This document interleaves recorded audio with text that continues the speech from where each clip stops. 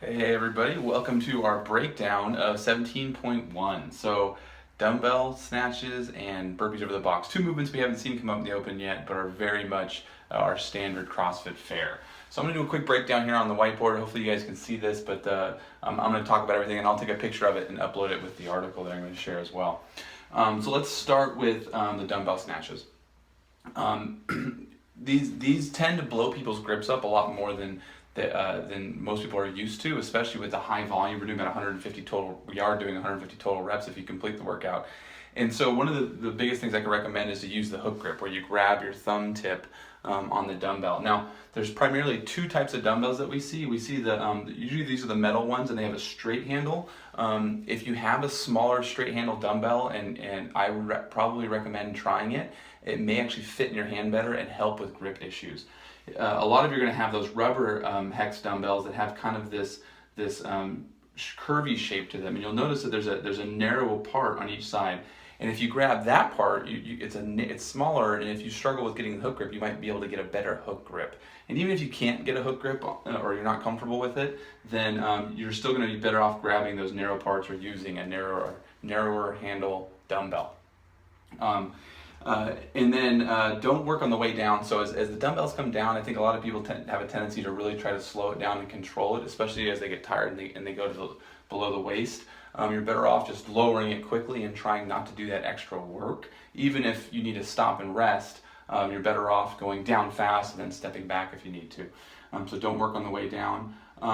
Switching hands on the way down. So if you're going to be doing touch and goes, it's fine to bring the dumbbell to the other hand, switch it off, and then touch and go.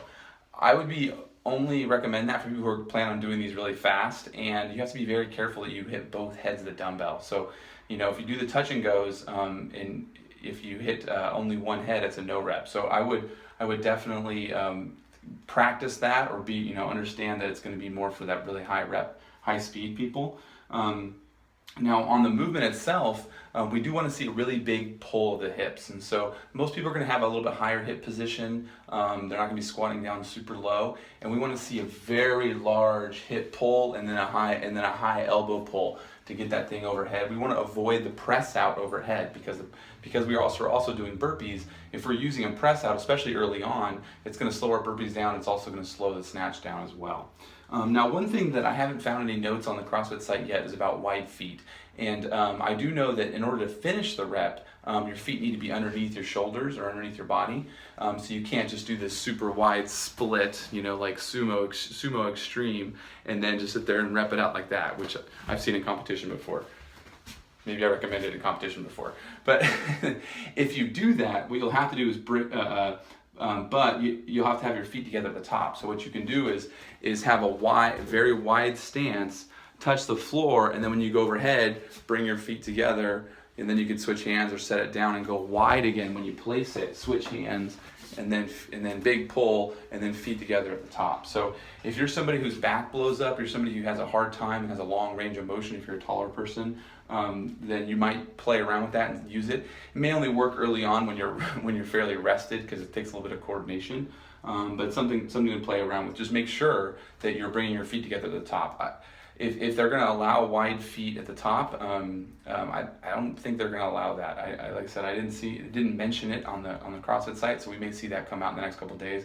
I wouldn't risk it. I would definitely make sure your feet come together at the top so that they're underneath you. So for the burpees over the box, we've got a 15-inch box top minimum. So if you have a smaller box, make sure you're measuring it. The shorter the box depth when you're jumping over it, so it's 15 per side, right? So it could be longer, but the less distance you have to go, and so that can add up. We're doing 75 reps of that. That could be an option. Just make sure that you check that, with a tape measure or whatever to make it legit. But you don't want to be necessarily using the huge foam boxes and going really long if you can avoid it. After you do your burpees, so you come down and make sure you're centered on the line. I think most people are going to be better off stepping up. So they're going to step up to feet together to where they're close to the box. So not so much of a jump up. If you are a super burpee ninja and you can do them really fast, then yeah, you could do a jump up and go through it faster. But I think the vast majority of people are going to have an easier time with the step up. Now, you still have to jump 2-footed on the box if you want to call it RX. But stepping up to the box is good. Do not stand all the way up on top of the box. And so, if you're tired and you just need that rest, that's fine. But if you watch the videos of some people doing it, you'll see that they'll jump and they'll stay kind of in the bottom of the squat and then hop right off again over the other side. So that's another really good option for staying low, not doing any extra work. I also think that might be one of the reasons why they decided to do this variation versus the regular box jump, because that open hips at the top has always been a point of contention, and the judging is has a lot of leeway, it seems like, on regular box jumps. So I'm a fan of this, and we're not seeing the rebounding box jumps too, which can tend to be hard on people's Achilles. So now when you get up to the box, you can either step down off of it, or again, you can jump down. When I wrote here, step downs are fine, good time to start turning. So if you do get on the box, as you go down, you can turn and step down so that you're already turned, versus jump, and then have to turn around, right? So if you are going to step down and you're you stood up and you're not in this really low squat position, start turning to maybe where you do a 90-degree turn or even a full 180-degree turn, so that you're already set up for your burpee. So you can play around with that, see how that feels for you guys. And then when you go down to your push-up, you want to just fall down. Don't take a lot of time getting down to the bottom. Put your hands out and fall and hit the floor. You're going to hit your chest on the floor. But again, the slower you go, the more work you're doing, the more energy you're using, and it takes more time. And then another note I made here too is if you're using like those foam boxes, some of them tend to be pretty wobbly. So you might want to stack some plates on the side, a couple 45s on each side to kind of wedge it in place so it's less tippy, right? We don't want that thing tipping over as you're jumping and then jumping over. Some of the narrower boxes will tend to rock. So you want to have a plan for that so that you don't end up jumping on the box and having the whole box tip or roll and kind of throwing you out of your groove. Now, pacing is a huge one on this. Any workout that's going to be this long, pacing is very important. If you looked at the demo, those two guys almost had the exact same pace on their burpees and their dumbbell snatches the entire time, which is pretty phenomenal. They were averaging about 2 to 3 seconds per snatch, and then they were averaging about 4 to 5 seconds per burpee, and that includes the walking transitions and things. But so based upon that, we kind of know that the dumbbell snatches, you'll probably need a little bit more rest. You won't be able to do them unbroken like those guys. But I created the pacing chart that I've shared, and you guys should be able to see that. Let's see if I can get this on camera. But it looks a little bit like this. So what you can see is at the top of it, it has the minute you plan on finishing. So if you plan on finishing it in 13 minutes, or you try to finish it in the 20 minutes, you select that. Now below that, it has the time it would take you to do 10 dumbbell snatches. And you can see, for example, if you wanted to get a 15-minute time, you should be doing about 25 to 26 seconds for 10 dumbbell snatches, and then about 68 seconds for 10 burpee box jumps. So that's not 15, that's just 10. The reason why I chose 10 is it's going to make it a little easier to do your 1 rep. So if you just move the decimal place over and say, okay, for the 15-minute one, it'll take you 6.8 seconds per rep. And I have this chart for out to the 20, and then I also have it going out for people who aren't going to be finishing too. So I have one called Superhumans and I have one called Mortals. And then the way the chart works is you would select, and you want to basically have somebody help pace you, or have this written somewhere where you can check it to say, for example, if you're trying to finish in that 15-minute mark, you're going to try to finish around 4:42, finish the burpees, and then it goes down. Now, on the last round, I put increments of 10 for the snatches. So the increments of 10 will allow you to continue to pace those a little bit better.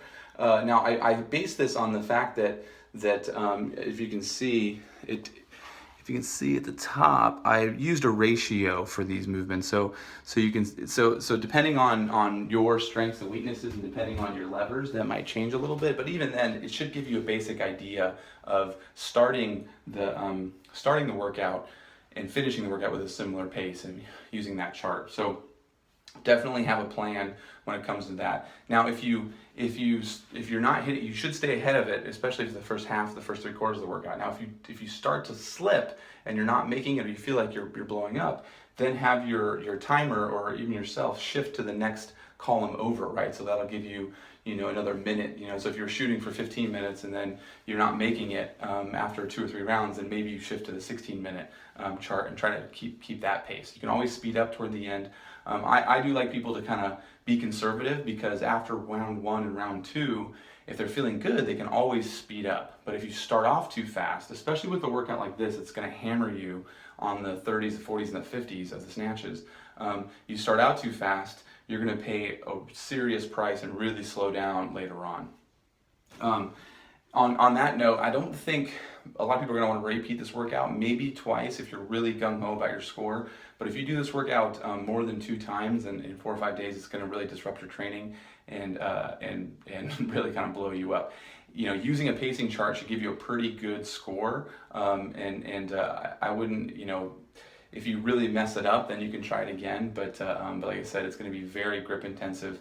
Trying to stack all those workouts up, that means you're going to have to take multiple days off after those 3 attempts versus just 2. 1 should be enough for the vast majority of you guys. If the dumbbells blow your grip up, use smaller sets and go faster on the burpees. So if you tend to have grip issues, you might want to have a little bit of a plan to be able to just set that dumbbell down. Do a set of do 3 on each arm and then set it down, or have a plan to kind of do that. But then you're not going to be as winded. So then you should try to go a little bit faster to make up time on the burpees over the box. And the last thing here it says is speed up on the last round of burpees if you aren't going to finish. So if you're going to hit that time cap, the finish of your last burpee set, it tends to be a tiebreaker. So it's not that you want to just destroy yourself, because right over here was like total reps are more important than tiebreakers. So you don't want to go faster on the burpees and then get less snatches, right? Because you'll win your tiebreaker, but it's better that you got an extra snatch and you'll beat everyone who got the one that got one last.